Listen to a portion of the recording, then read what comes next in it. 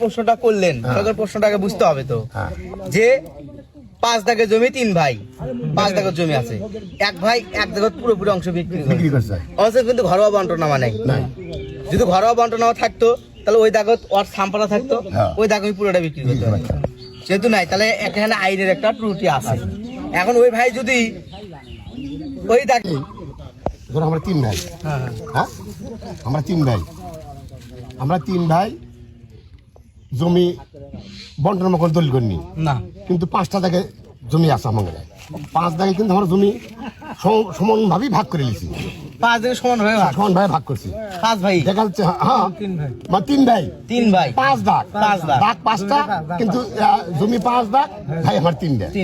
কিন্তু জমি সম বন্টন মানে কি আমরা মৌখিক ভাবে বন্টন করে নিয়েছি। জি ঠিক আছে। নেওয়ার পরে ধরো মনে করো যে আমার এক ভাই এক জায়গার জমি সম্পূর্ণ বিক্রি করে দিছে, বিক্রি করে এক দিকে পুরোটাই বিক্রি করছে। আচ্ছা, ওই কার পরবর্তীতে আমার এটা হাসতে পারবে না?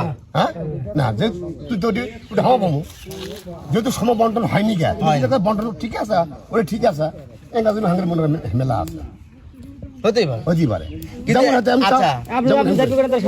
এখন বিষয়টা যে আপনি প্রশ্নটা করলেন তখন প্রশ্নটাকে বুঝতে হবে তো যে 5 দাগের জমি 3 ভাই 5 দাগের জমি আছে, এক ভাই এক দাগের পুরোপুরি অংশ বিক্রি করছে অবশ্য কিন্তু ঘরোয়া বন্টনামা নাই। যদি ঘরোয়া বন্টনামা থাকতো তাহলে ওই দাগত ওর সাম্পাটা থাকতো, ওই দাগ আমি পুরোটা বিক্রি করতে পারতাম। যেহেতু নাই তাহলে এখানে আইনের একটা ত্রুটি আছে। এখন ওই ভাই যদি ওই দাগে সম্পূর্ণ রেকর্ড করে লাই, যদি রেকর্ড ধরতে পারে তাহলে ওই রেকর্ড মূল্যে বিক্রি করতে পারবি। আরেক দাগত ওই ভাই রেকর্ড ধরতে পারবি না, অন্য ভাইয়ের সমমূল্যে পুনরায় রেকর্ড করে নিতে হবে। এবার সাম্পারে যদি রেকর্ড করে নেন তাও বিক্রি করতে পারবি, কিন্তু রেকর্ডও নাই, বন্টনামা দলিল নাই, আপনি হুদাই একটা পুরোটাই বিক্রি করলেন, তাহলে কিন্তু ভবিষ্যতে টাকার সম্ভাবনা নাই। মামলা করবি, ওই দাগত পাবো এই দাগত পাবো, যেটুকু যে দাগত পাবো সেটুকু সে দাগত পাবো।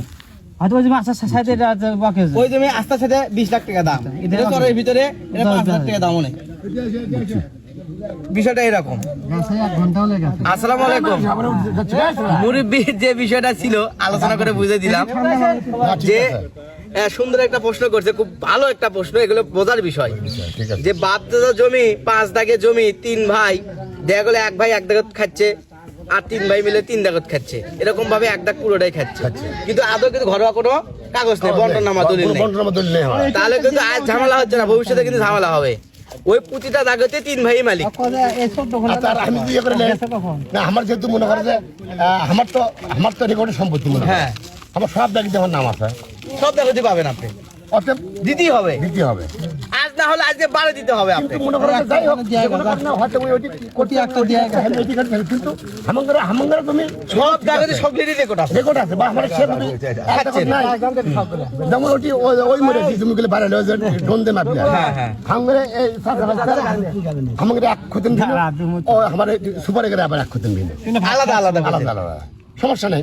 ওই দাগের রেকর্ড আছে তো, রেকর্ড আছে, ওই দাগের জমি দিতেই হবে। যে সব দাগের রেকর্ড থাকলে সব দাগতে জমি দিতে হবে।